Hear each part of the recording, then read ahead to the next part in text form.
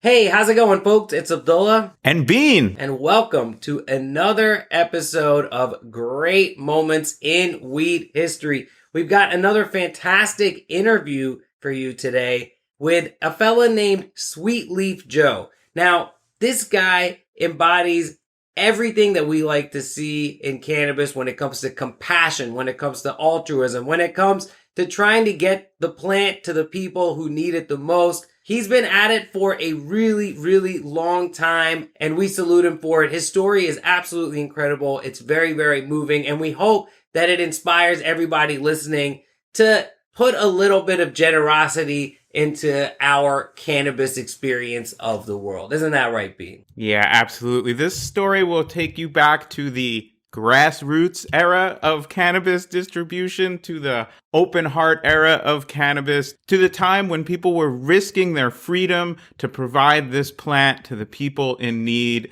I know we were both incredibly inspired by this story, and in particular, how Sweetleaf Joe took some of his own, as he describes them, mental health challenges and found that helping people and bringing this plant to the world not only helped those people that he reached out to, but really helped himself. And a little note on the organization that he founded. The Sweetleaf Collective began in San Francisco in 1996. That's the year that California voters passed Prop 215, the first statewide medical cannabis law. In the beginning, Sweetleaf provided access to cannabis for 5 AIDS patients, and as you're about to hear from the organization's founder, they grew from there into a statewide movement providing millions of dollars worth of free cannabis to patients in need throughout California. You can also hear how you can get involved and either help Sweetleaf directly or extend this movement to where you live by stepping up and fulfilling some of this need, which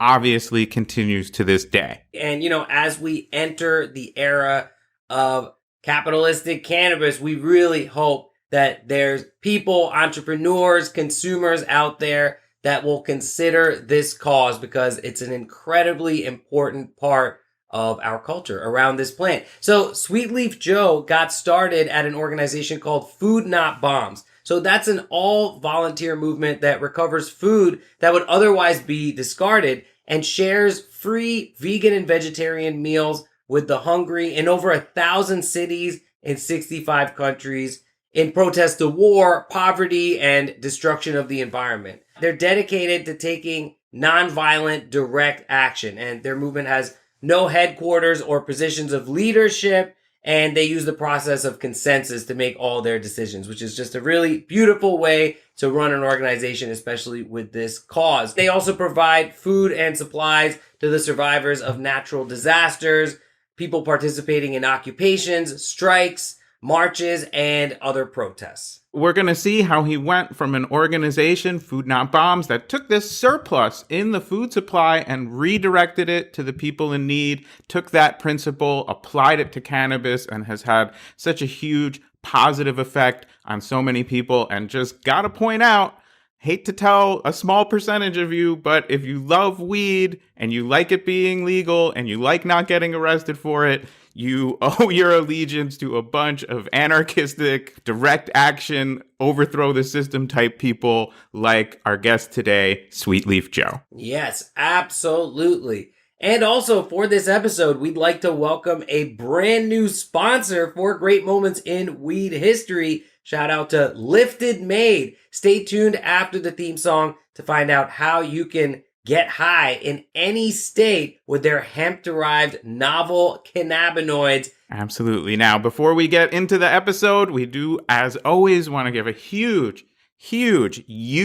as some people would say, shout out to all of our friends and supporters and family on Patreon. You can join us in supporting this podcast directly by going to greatmomentsinweedhistory.com. You can put $5 on it. You can put as little as $1. For $20 of support, you will get a signed copy of my book, How to Smoke Pot Properly, mailed directly to where you live. I may or may not slide an eighth of weed in there. not in any legally binding way. And of course, everyone on Patreon can watch video versions of this podcast and check out our current beard lengths. Where are you at? Yeah, so my beard length is actually pretty low because I went babyface.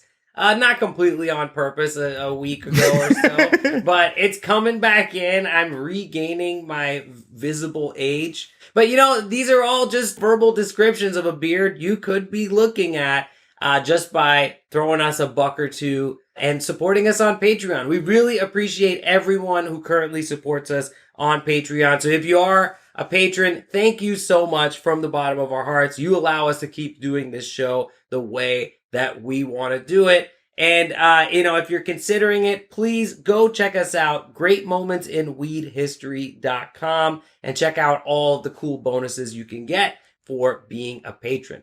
Alrighty, so I've got a nice pipe packed up right here. Bean, what are you smoking on over there? Oh, I am about to take another test drive of our new sponsor. This is the Lifted Made Herb Live Resin Pen. If you're a Patreon supporter, you're going to watch me take this puff. If you're not, maybe sign up. And you can, of course, as we said, learn more about hemp-derived novel cannabinoids after the theme song. And of course, if you're not ready to roll, as they say, now is the time when we advise you to hit pause.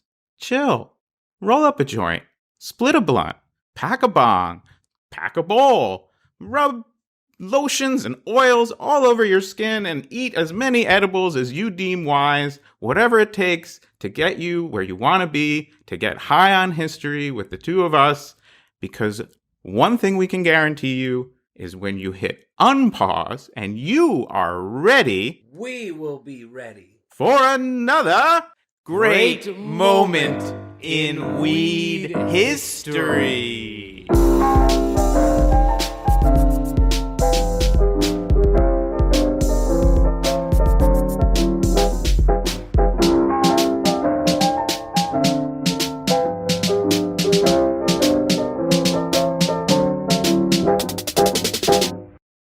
All right, Sweetleaf Joe, welcome to Great Moments in Weed History. How are you? I'm doing good. Thanks for having me today. Yeah, absolutely delighted to have you. So, we usually start our interviews the same way. We want to ask you, what was your first encounter with cannabis? How did your relationship to the plant begin? Well, I was in high school and a couple friends, we wanted to try cannabis. None of us had done it. We didn't really know much about it. We were in Monterey in California. We just scored some on the street. We didn't know about swag. We didn't know about kind bud. This is in the early to mid 90s. We happened to get some really good weed just straight off. Benefits of living in Monterey, California. Yeah, we were pretty lucky. That was the first experience, and it was great. We loved it. I had been drinking alcohol. I started drinking alcohol a few months before that, and then once I found cannabis, I was like, forget this alcohol stuff. I know, right? I was like, kudos to you and your childhood cohort for seeking it out. A lot of people are like, someone just passed me something at a party, but I had a similar experience where I was like, I've heard of this thing called weed, and it sounds awesome, and I gotta get my hands on some of this shit, and then there's a concerted effort. You know what I'm saying? Yeah, some people seek out weed. Some people have weed thrust upon them. I was definitely behind the right bowling alley at the right time for my origin story. It seems like it was a hit right away with you. But when did you sort of realize, wow, this is going to be a big part of my life? This is something that really speaks to me. I was super socially awkward. I have mental health issues, a lot of depression in my own life and in my family's life. So I was pretty socially awkward, and cannabis really helped me medically from the beginning. I don't know if I really understood that it was helping me medically. All I knew is that it was quieting a part of my brain that was, usually very negative and, very down on myself, and making me really introspective when I would be in groups of people and I'd be like, oh, well, why do these people even want to talk to me? What do I even have to say to them? When I smoked weed, I fucking lightened up, I was like, dude, I'm like, yeah, what's up? Like, let's have some silly little conversation. And it just it was a social lubricant, but it made life less complicated and more easy. And, I think I may have also been medicating for undiagnosed ADHD. It shut that down and sort of let me focus on something. And the thing I was focusing on is like, oh, I'm here right now.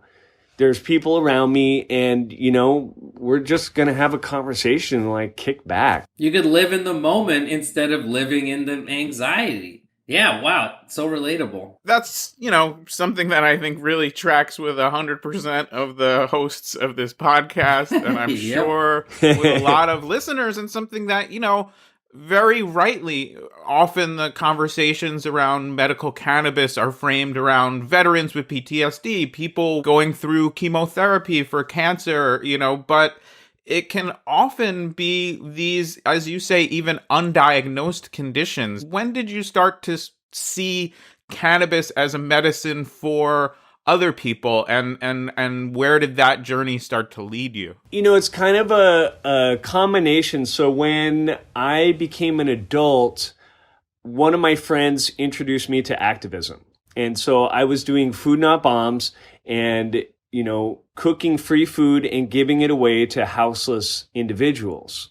And so I really, again, tying this into mental health stuff, this was giving me some purpose. It was when I'm of service and focusing on helping others, I'm less focused on myself and, bringing myself down. And so 1996, Proposition 215 passed in California, and I was living in San Francisco at the time, and I was a Food Not Bomber. And I was like, why don't we do Food Not Bombs for weed? And it was a pretty simple model with that activist group where you're taking surplus from an industry for Food Not Bombs, it's the grocery store industry, taking the surplus and you're redirecting it to those who need it most. And so I thought, there's got to be some surplus in the cannabis industry. Why don't we redirect it to those who need it most? And for me, the people who needed it most were people suffering from, terminal illness. So we were working primarily with HIV and AIDS patients. And, I had just seen cannabis work for myself medically. And as an activist, I wanted to share that. I wanted to help others who didn't have access, and specifically people who didn't have access due to financial constraints that were outside of their control. Had you heard of the activists that came before you with a similar mission, like Brownie Mary or like Dennis Perone, who was one of the authors of Prop 215? So at that time, I didn't. It's kind of funny because I was in activism, but I wasn't in cannabis activism at that time. Honestly, when I heard that there was Proposition 215 and this medical cannabis bill, because it was the first one, nothing had been done like this on that scale before. I didn't think it was going to pass. And then it passed, and then I was like, oh, well, we should do this stuff. I had no idea that people had already been doing it. We got recreational cannabis from medical cannabis, but we got medical cannabis from activists in the 80s giving away free cannabis to terminally ill patients. And like you said, it was Brownie Mary and it was Dennis Perone. And they were giving away free cannabis to AIDS patients in San Francisco in the 80s when there were no medications. There were no pharmaceuticals that were helping HIV and AIDS patients, and cannabis was the only thing that was helping these patients.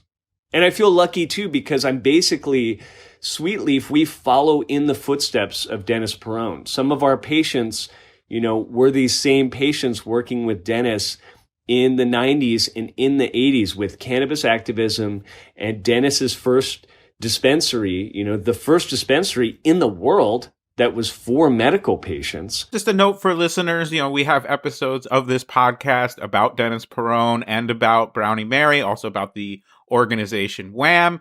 that will give you a lot of this back history. And I know for both of us, some of our favorite and most impactful for listeners episodes. So stick with us here, but there's more in the feed. Joe, what was the first concrete step you took to take cannabis from this surplus, as you describe it, and bring it to a person who needed it? It's two parts. So I had to find the surplus, and I also had to find patients. So at that time in Food Not Bombs, there was a guy who was growing. He was doing an indoor grow. And I asked him for some of his surplus. At that time, indoor cannabis was selling for a minimum of $4,000 a pound. It was really expensive back then. And so the surplus that we saw was, a lower quality in smaller amounts. So at the beginning, all we got was leaf. And oh, wow. So essentially trim. Like not even small buds, like, the show buds go to the store, the small buds go to... Not even trim. It was leaf. Oh, boy. And so we had about 5 patients. So the way I found the patients is I was involved with another group that was like queer performance group from the 70s and 80s. And so their whole community had been impacted by the AIDS epidemic. And they had a bunch of friends who needed free cannabis, who were low income, and they were HIV positive or full-blown AIDS. And so it started out where I was giving about a half an ounce of leaf to these patients monthly. And sometimes we would bake it up into edibles. At that time, Rainbow Grocery in San Francisco, they were like the local co-op in the Mission District, and they donated to us. They gave us free flour and all the supplies we needed to make the cannabis treats. And then we'd make them up, and I would bike deliver them around. So we started out doing, bike delivery.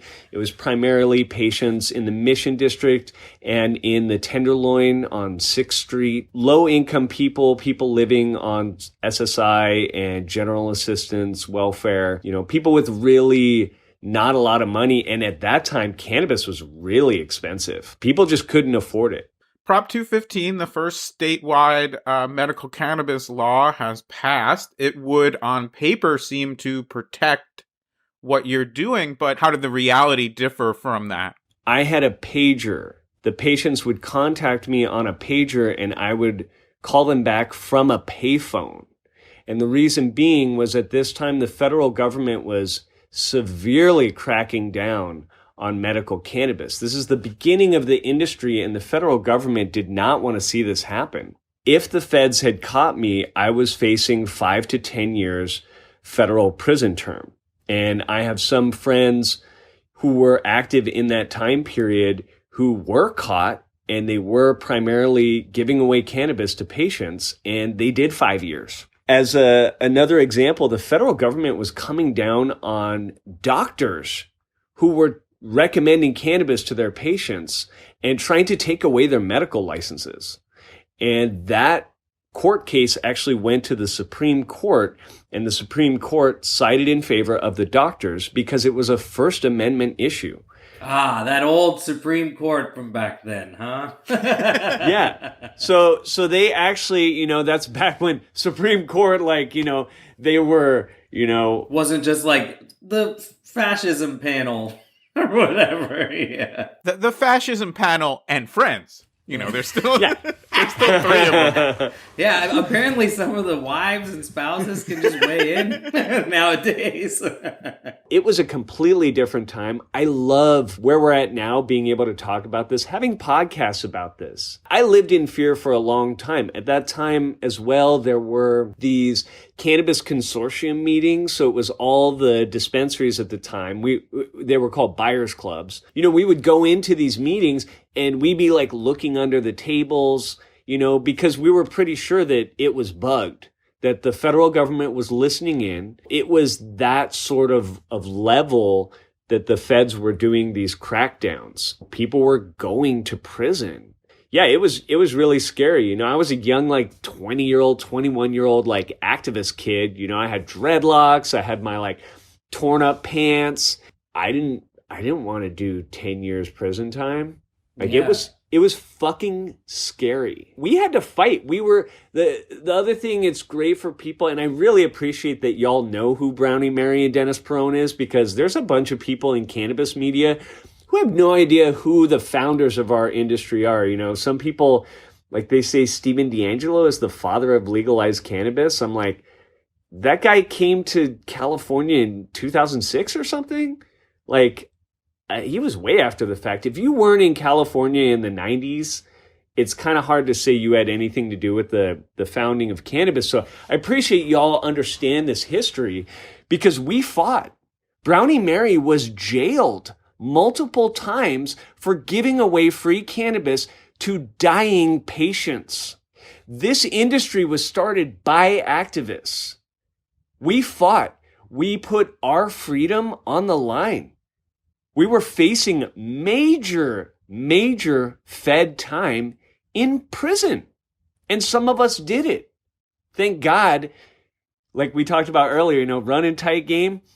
I fucking ran tight game, My patients, and it's hard, I had to have this little bit of disconnect and distance. The patients didn't know where to find me. When I'm calling people up who are calling on the pager and they're a new patient, at that time, the feds were doing stuff like that.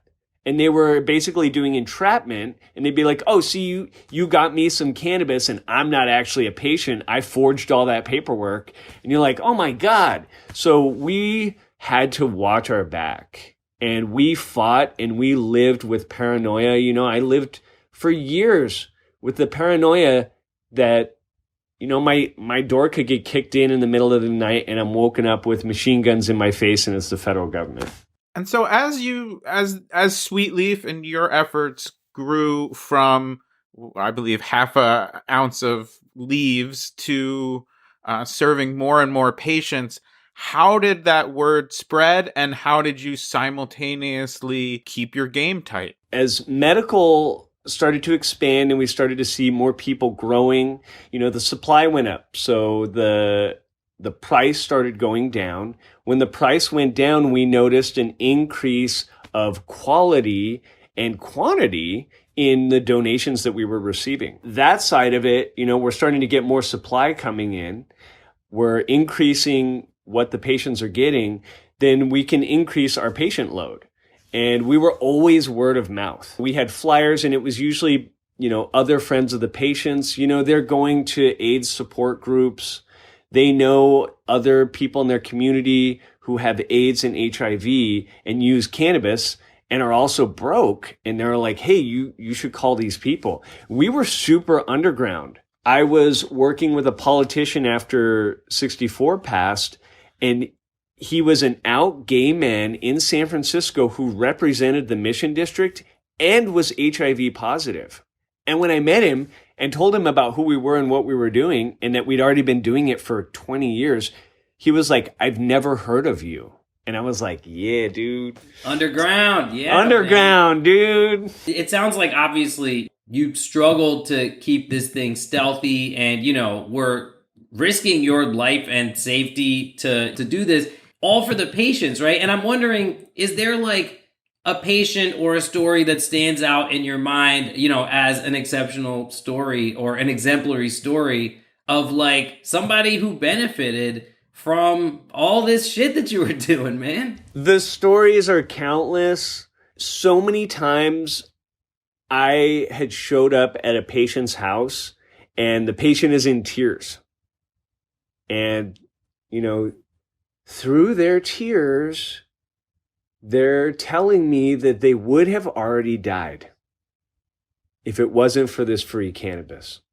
It's things like that when I would feel the impact that Sweetleaf was having in these patients' lives, I just knew we were doing the right thing. There were some patients where we'd show up the first time and, we're showing up with like ounces of free weed. And at that point, it was like, a lot more flower and smalls. And, come into their apartment and they explain, they're like, I didn't think this was real. Until you showed up here and pulled that out of your backpack, I didn't think this was possible. They're like, who's going to help me? I'm, broke. I have a terminal illness. Society neglects these type of people. And so for us to do that, we were filling a major need. And so there's one story of a patient who was dying of wasting syndrome. That's one of the side effects with HIV and AIDS. And the patient can't eat and they turn into a human skeleton. And this patient was on pharmaceuticals for appetite stimulation that were not working. And they cost about $3,000 a month. They were covered with insurance, Medi-Cal and stuff, but it wasn't working. The Western medical pharmaceutical industry did not have an answer for this patient, and the patient was dying. They were telling us about how people would stop in the street when they were like walking to the store because he looked like he was going to die. And people, he couldn't go to work. He didn't have any energy. And so we brought him his first compassion donation. And a month later, he was telling us he went to his doctor. And in 30 days, he had put on 30 pounds. And his doctor was like, I don't know what the fuck you are doing, but keep doing it. Keep doing that. Because he was like, the doctor was like, I didn't have any answers for you anymore. You were on your way out. It's things like that that are real stories in the cannabis nonprofit sector. The cannabis nonprofit sector saves lives with free medical cannabis. And we do it every day. And it's super impactful. And these patients need us. They've always needed us. And the demand has not gone away. And we've never been able to, I feel like we only scratch the surface of how many people actually need this medicine and can't afford it. We're always expanding. We often look at activism and efforts like this very rightly as outwardly helping other people. And I'm wondering if you can also talk about what this brought to you in your life. And, perhaps that can inspire other people to look at that example. And what would a typical day be like for you at this time? Sweetleaf isn't your typical nonprofit. Nonprofits generally have a bit of a hierarchy, and the people who are coming for services are seen as lesser than. And the people who run the nonprofits, and this isn't a critique, this is just the way society works. But, they're like, I don't want to say better than, but the people who work, they're like, they work at the nonprofit and they're like, we're the top of the hierarchy.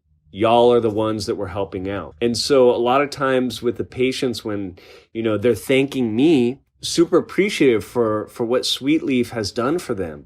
I turn around and tell them about how it's a two-way street, how I'm someone who suffers from mental health and I have very bad depression, which most people can't really tell because I smile a lot. But I suffer from really bad depression. And what the patients do is they give me a reason to live. They give me purpose in my life. I am helping them and Sweetleaf is helping them. They are helping me. Because I don't think I would be here, and I don't think I would be as functional as I am today without the support of these patients. And we have a very, non-hierarchical type of system where, I'm getting just as much from them as they are getting from me. And I acknowledge that and I'm super thankful and appreciative for that. This is an opportunity for me.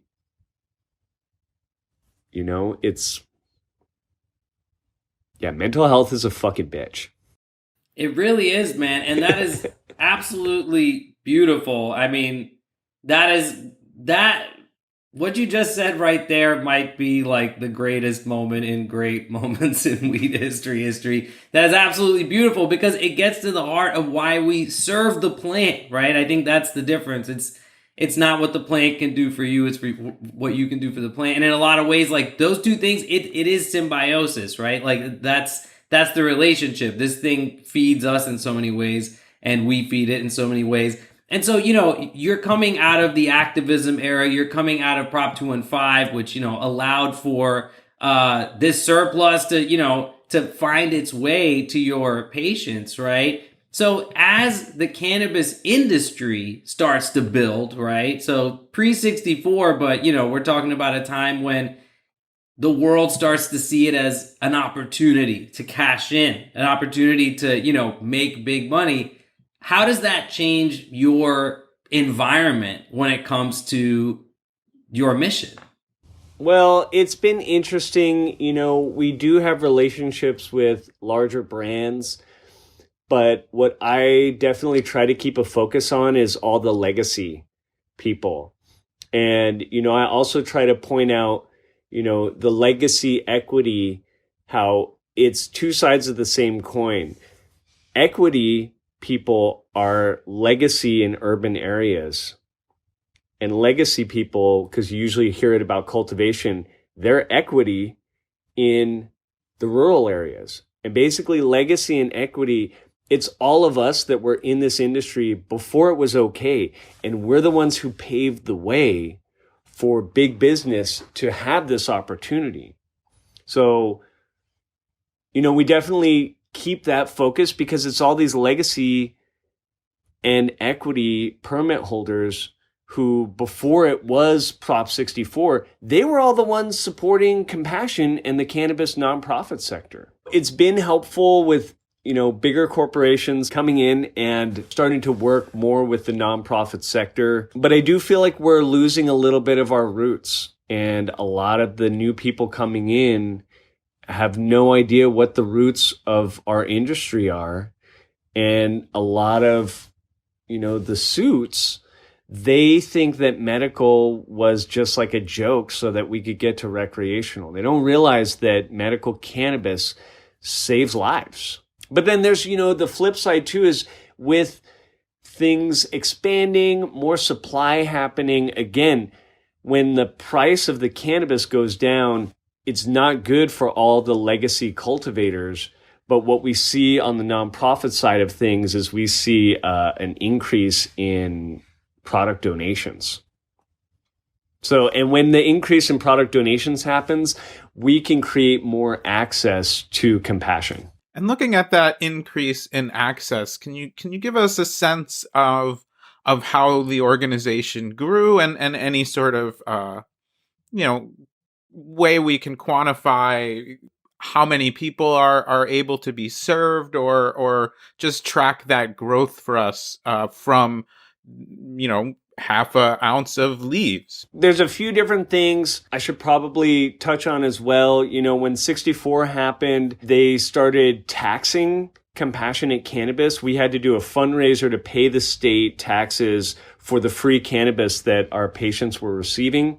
It's the only time I've ever heard of philanthropy being taxed. So we had to fight that.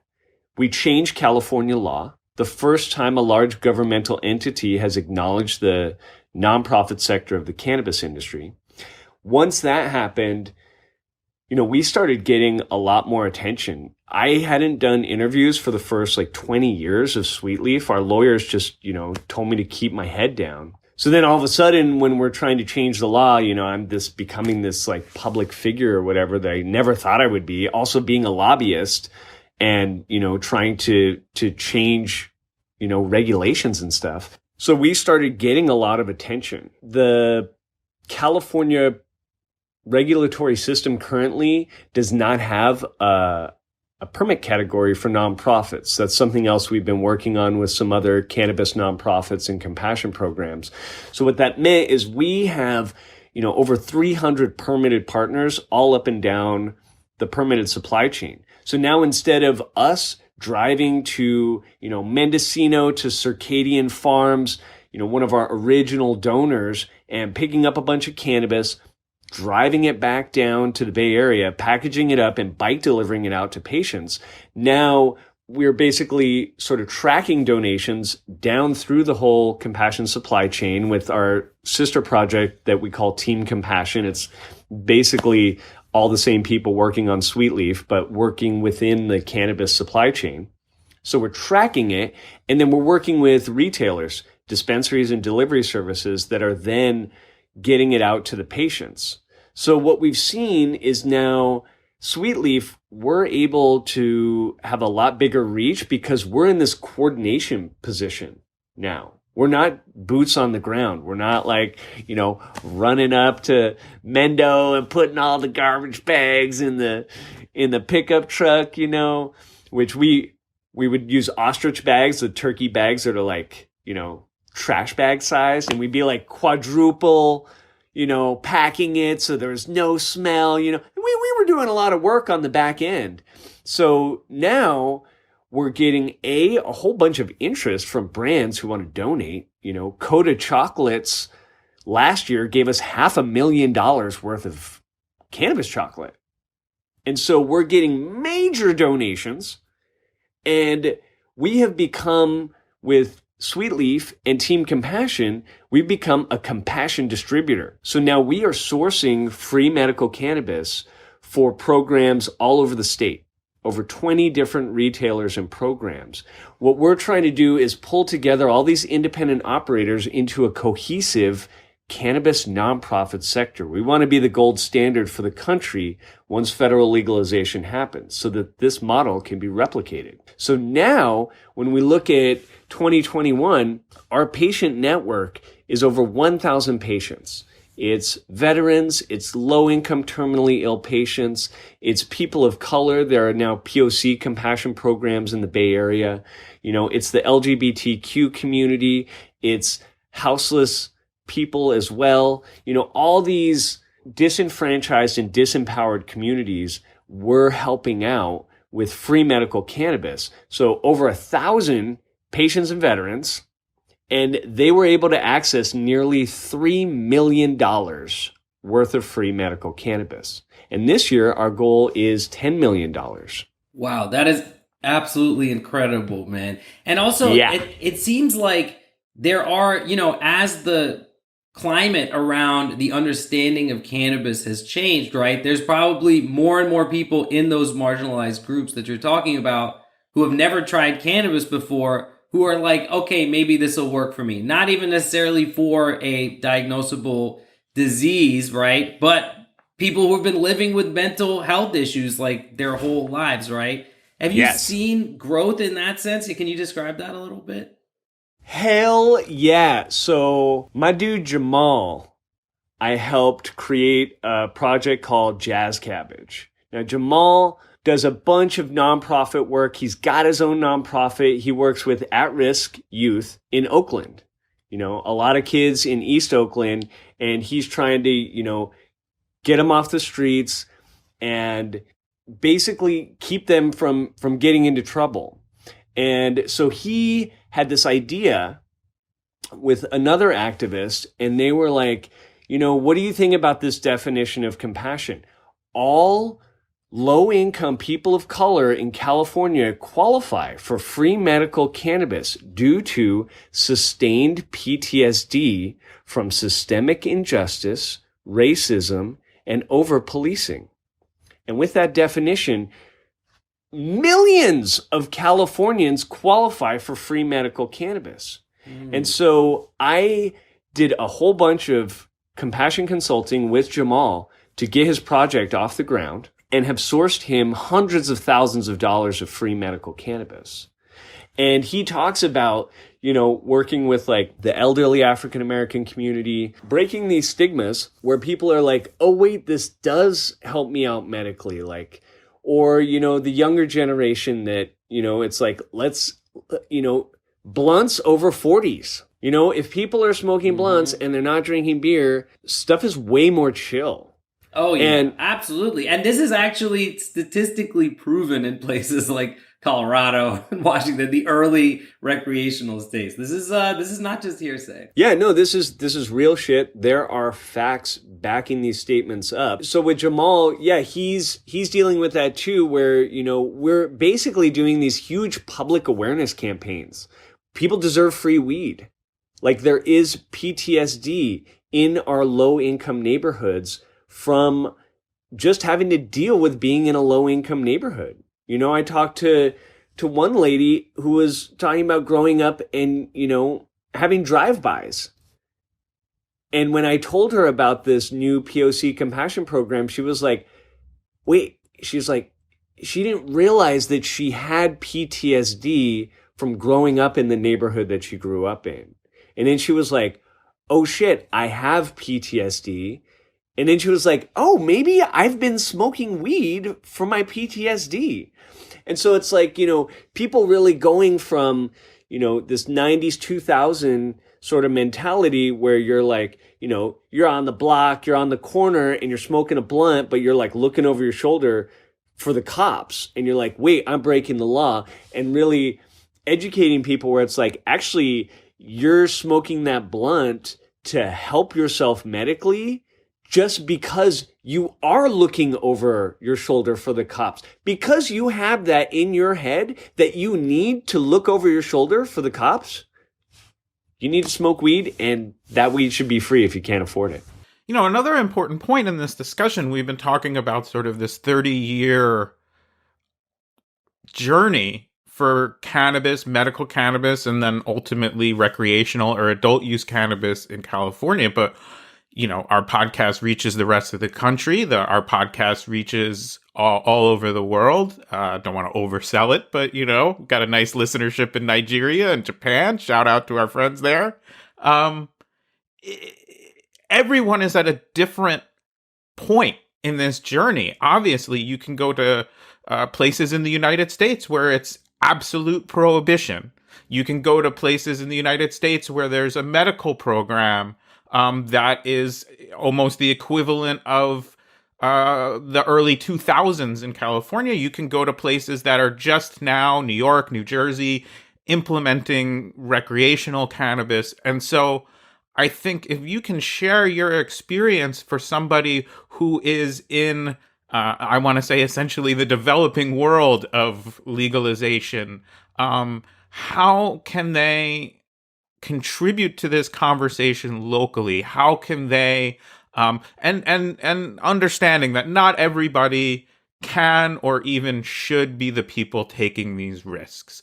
That is a specific choice for people to make themselves. The idea that everyone is morally obligated to risk prison is not one that people should take to heart. But what can you say to people in those places who are afraid, okay, legalization is clearly coming where I live, and I don't want it to be this corporate shit show, and I want us to make sure that we adhere to these principles and that we put first the people in the greatest need for cannabis? We can really learn a lot from the example from California. The way that we got it here was through a defense called medical necessity. And so if you're going to break the law, you are using it for a terminal condition that is medical necessity.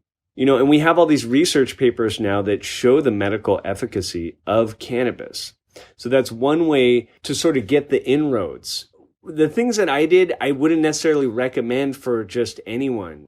You really want to know what you're doing and understand that it's for the long haul and that it's not easy. But this is what needs to happen. Like, some people do need to push the envelope to get the envelope to move. And the best way to do that is, working with low income people who are terminally ill and getting them free cannabis. The other thing for people to do is, start organizing, start working with local politicians and then state politicians to get medical cannabis recognized. How we did it in California is Brownie Mary and Dennis Perone originally got a medical cannabis law on the books of the city and county of San Francisco in 1991. And then Valerie Corral and Wham, some other mentors and awesome people, shout out to Val, they did a similar thing in Santa Cruz. And so before we had medical for the whole state, there were a couple counties that had medical cannabis just in that county. But then the issue you face is kind of like what we had with the state and the feds. So if a county is medical, the state can still come in and try to mess with them. But we change public perception a little bit at a time. And so doing it on a local level, then doing it on a state level, and having the focus be on the medical benefits, working with doctors.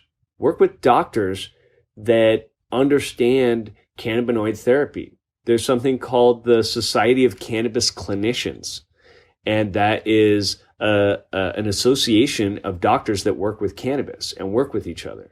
So we're working on getting California sorted out right now. Then we're going to get the country sorted out. Then Sweetleaf, we already have plans to start going international. We're working with people in Ukraine right now. We are in the process of getting 1 million doses of CBD out to Ukrainian refugees. We're working with people in Colombia right now with the first cannabis nonprofit down there to start compassion programs down there. And what we're sort of looking at is combining doctors with medical research, that research then gets translated into the local language, and then working with lawyers so that they can communicate with the politicians.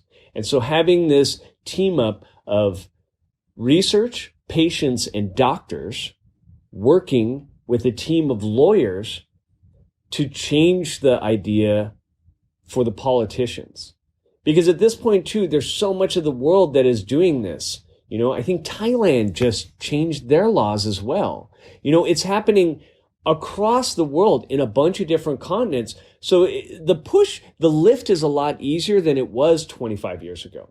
We're celebrating our 25th anniversary this year. What a lot of activists have done over the decades has paved the way to make the lift easier. If you're in another country, you can point out other countries that are probably on the same continent as you that are doing these things. That, hard drug use is going down. Medical patients are finding benefits that they don't find with pharmaceuticals. The list goes on. And you just need to be articulate about it when working with the government. We can't be too activisty and be shouting people down.